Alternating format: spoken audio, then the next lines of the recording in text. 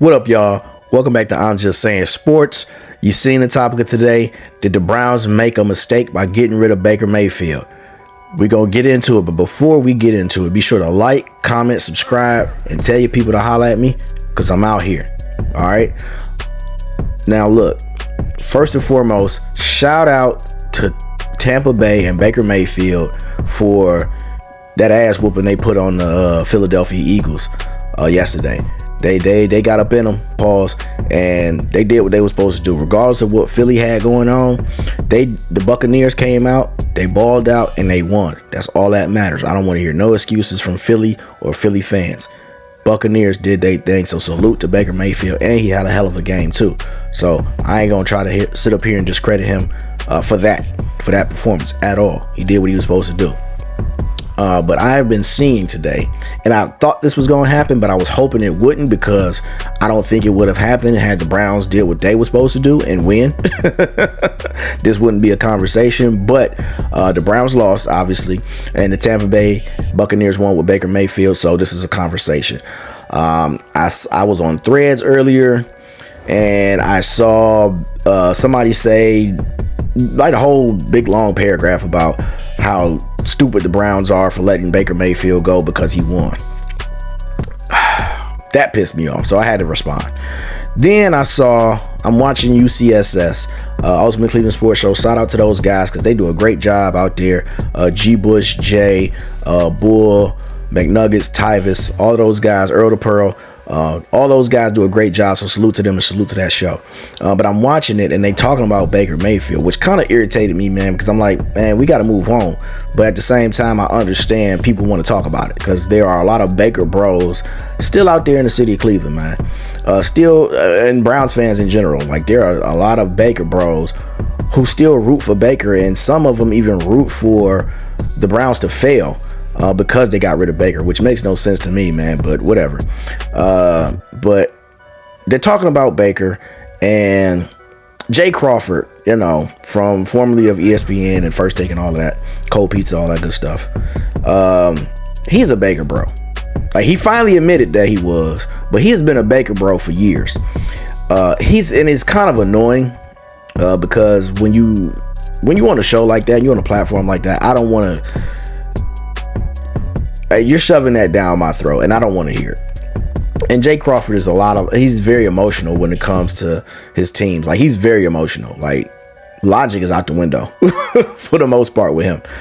So I'm listening, and he's like, hey, man, well, look at what Baker did, and look at the Browns, and all of this and all of that. And I'm like, well, the Browns had to make that decision 2 years ago. We're not talking about right now. And that's the same thing Bull said. He actually came prepared because I guess, they discussed this prior to the show, and he came out with facts. I'm talking about a presentation full of facts. So right now we're gonna take a look at what he said and just listen to all the facts that he presented.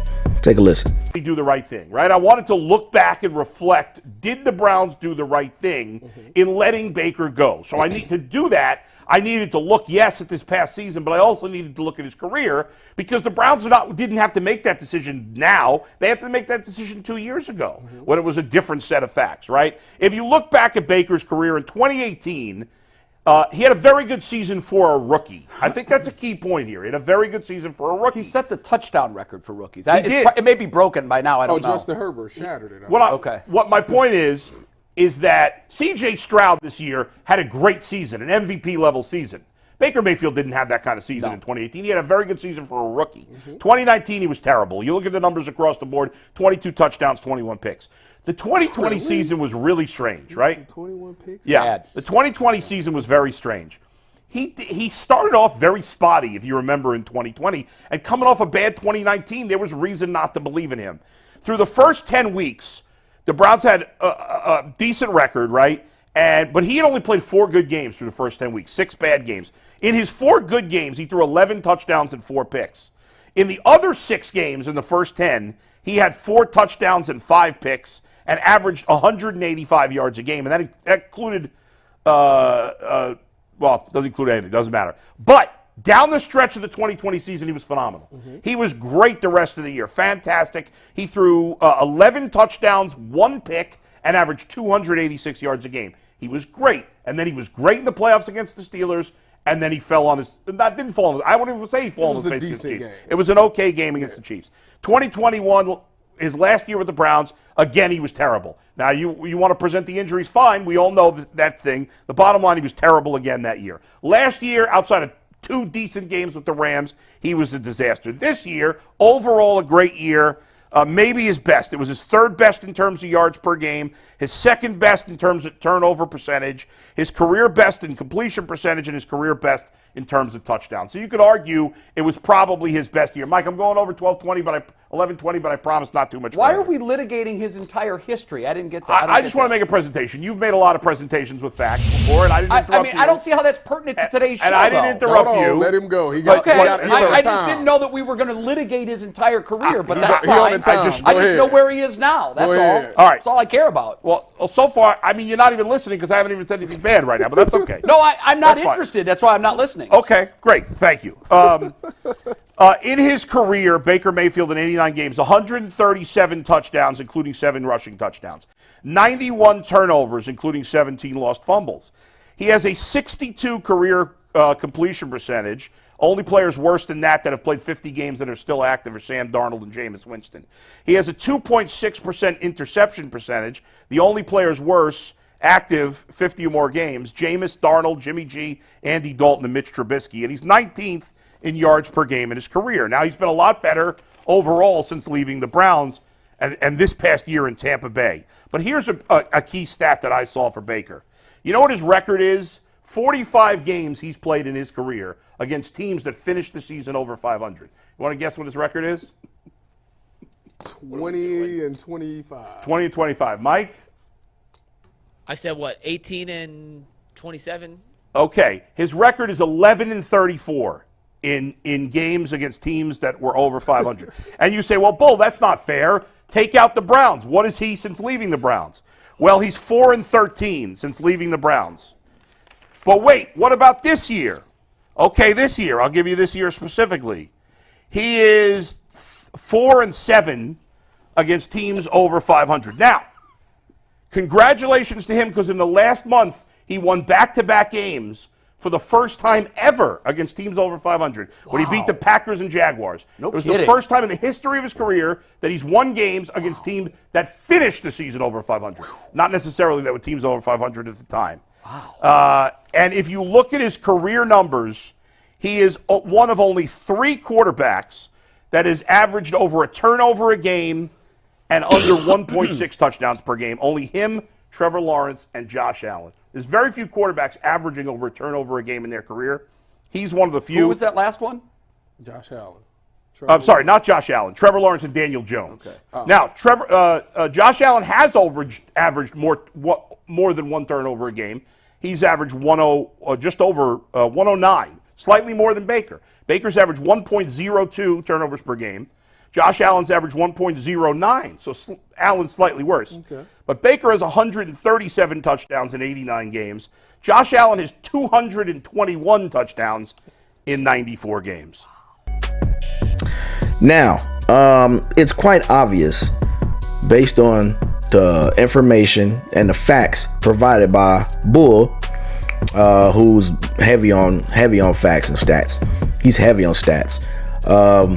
Based on all that evidence and what I was watching during those 4 years of Baker being in Cleveland, yes, it was absolutely the right decision to get rid of Baker Mayfield. Now, a lot of people, again, will point to his success that he's had in Tampa Bay. What is success? What do you define as success? Barely over 500? Beating a team that checked out weeks ago in the playoffs? Baker's good for that because he did that when he played against the Steelers. The Steelers were done. Ben Roethlisberger was on his last leg. He should have retired that season, but he came back for another one. It was over with. Philly, they're over with. They've been talking about Sirianni getting fired for the past week and a half, 2 weeks. And because of the collapse of the Philadelphia Eagles, and you want me to give him a lot of praise. Now, again, like I said in the beginning, I salute him for doing what he did. There's no excuses. But you got to put things in context at the same time. And I feel like people don't want to do that because they have this love and they have this affection for Baker Mayfield, which is cool. That's your guy. That's cool. But when we look at the facts, he just ain't it, man. He's very inconsistent. And that's why, part of the reason why he was let go, like why he was traded. What did he do with Carolina? He got benched. You know what I'm saying? And he had to ask for his release. So he went to the Rams to get some good film on tape because Sean McVay is a hell of a coach. So he did him a solid. You know, Matt Stafford was hurt. Hey man, I'm gonna do you a favor. And there's nothing wrong with that, man. Again, I don't knock Baker as a person, and I don't really knock him as a player, but we got to stop thinking that Baker Mayfield is such a great quarterback. He's okay. Like, that's the point. He's okay. He's not going to win you a championship. He wasn't going to win the Browns a championship. And what's the goal of playing the game? To win a championship. So once you decide, hey man, this guy, he's not going to take us to the mountaintop. He's not going to get us over the hump. We got to move on. We got to find a replacement. We have to get better at this position, which teams do all the time, whether at quarterback, linebacker, offensive line, DB, whatever. Teams should always be looking to get better at every position possible. And at the time, the Deshaun Watson thing came up, and I know Jay Crawford said, you know, he's trying to say that you can't separate the two. The situation where they signed Deshaun Watson, or they traded for Deshaun Watson, and then they got rid of Baker. Two things could be true. As my brother Reg P always reminds me, two things can be true. They needed to move off from Baker Mayfield, and the Deshaun Watson trade is looking like a bad trade. They don't, at the time they were connected because you got rid of Baker because you got Deshaun, but you needed to get rid of Baker. That was the whole premise. You had to get better at that position. So I don't think you Baker bros have a leg to stand on. You guys can continue to root for him. That's fine. I don't care. But to say that it was wrong for the Browns to move off of Baker Mayfield does not make sense. Because what did he do in the worst division in football? Went 9-8. Bring that 9-8 over to the AFC North, where he would have been best division in the league. You would have been tied for last place in the division. Don't talk to me about Baker Mayfield, because if you talk about the days that he has good days, you have to talk about the days where he ain't good at all. He played the worst team in the league, the Carolina Panthers, the worst team in the league, the last game of the season. Managed to put up 9 fucking points. What are we talking about, man? like, and that's the problem. Like, you've managed to put up 9 points against the Panthers, but then you go out and put up a bunch of points against the Philadelphia Eagles. That's the problem, the inconsistency. We don't know what Baker we gonna get. We don't know if he gonna wake up feeling dangerous. We don't know if he gonna have an attitude and be pouting. We don't know. He's a mind fuck. He's not really professional. He always has to have a chip on his shoulder, and it's just tiring, man. I don't know how long Tampa Bay is going to be able to deal with it, or whoever picks him up next season. I don't know how long they're going to be able to deal with it, because it's annoying. But I just think it was the right move at the time, given what we've seen, given his performance. This is a results-based business. His results were not there. Given that information at the time, it was the right decision to make. And I still think even now it would have been the right decision to make, because you're not doing anything special. It's like at some point you want to get over the hump. Like, yeah, you can go to the playoffs, win a playoff game. That's great. That's great for the city, because the city need that. You know what I'm saying? Cleveland needs something, man. We ain't had no good football in decades. So winning that playoff game was great. But the goal is not just to win a playoff game. The goal is to win a Super Bowl. And that's where people, they just lose their mind. They just lose their damn mind, and it's so annoying, man. But at the end of the day, I wish Baker Mayfield nothing but the best. I wish him much success in his future. hey, if he win a Super Bowl, man, congrats to him, man. Salute to him. I'm not knocking it. I'm not a hater. But at the end of the day, I'm focused on the Browns, man. Like, I don't care about what they doing down in Tampa Bay. I don't care about no player that ain't on my team. You know what I'm saying? I ain't got no friends in the NFL. So, I mean, go Browns, man. What the fuck? You know what I'm saying? Like, I don't care about Baker Mayfield, man. You know what I'm saying? I wish him the best just like I do everybody else. But it's over for that shit, man. But let me know what y'all think, man. Did the Browns move off of Baker Mayfield too fast?